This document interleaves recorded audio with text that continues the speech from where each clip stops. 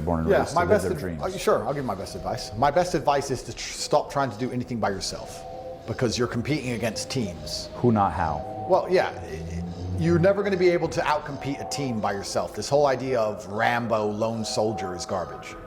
I can even talk about me. I make a lot of money with a lot of people. I have hundreds of people, effectively, I work with in different areas in different regards. I have a very large team of competent men. I'm a competent man, and I know hundreds of competent men, and we're all pushing in one direction. How can you, as one person with your limited human time, space, and energy, outcompete us? You can't. You need to find people you can rely on and trust, which is actually the most difficult thing. Especially when money's involved, you start to learn that that's hard. But if you can build a true fraternity of people who are on your side, you can trust with your life, you can do amazing things. Jesus did amazing things with 12 disciples. It's amazing what you can do with a few good men. You're not going to be able to do it by yourself, so it starts with brotherhood, it starts with shared vision, it starts with shared dedication, it starts with creeds and ethos within that friendship group that allow you to be the strongest, most fearsome version of yourself.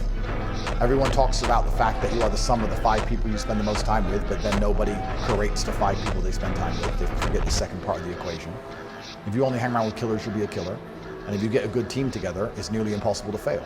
It's nearly impossible to fail if you're a good team, all pushing in the same direction. I don't even think it's that difficult to do.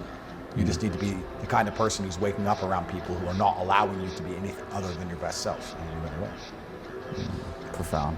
And how important is delegation, team building? A lot of people struggle with that early on. Well, a lot of people struggle with delegation because they're lazy and they hire mercenaries. So a lot of people will come along and say, I want to start a business. I'm going to be the face of it, and then I'm going to hire this guy to do this. And that's fine, but then you have people who are only working for a paycheck.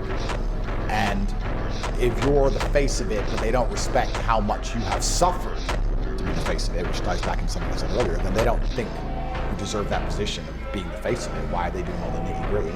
And then you have resentment, and you have problems within the team. If you had a leader who suffers and charges head first at the gunfire, like the general on his horse first, it inspires the troops behind, and if they believe in the mission, and they're not doing it purely for a paycheck, but because they believe in the mission, that's how you fight. That's how you have the most powerful army possible, in like days of old.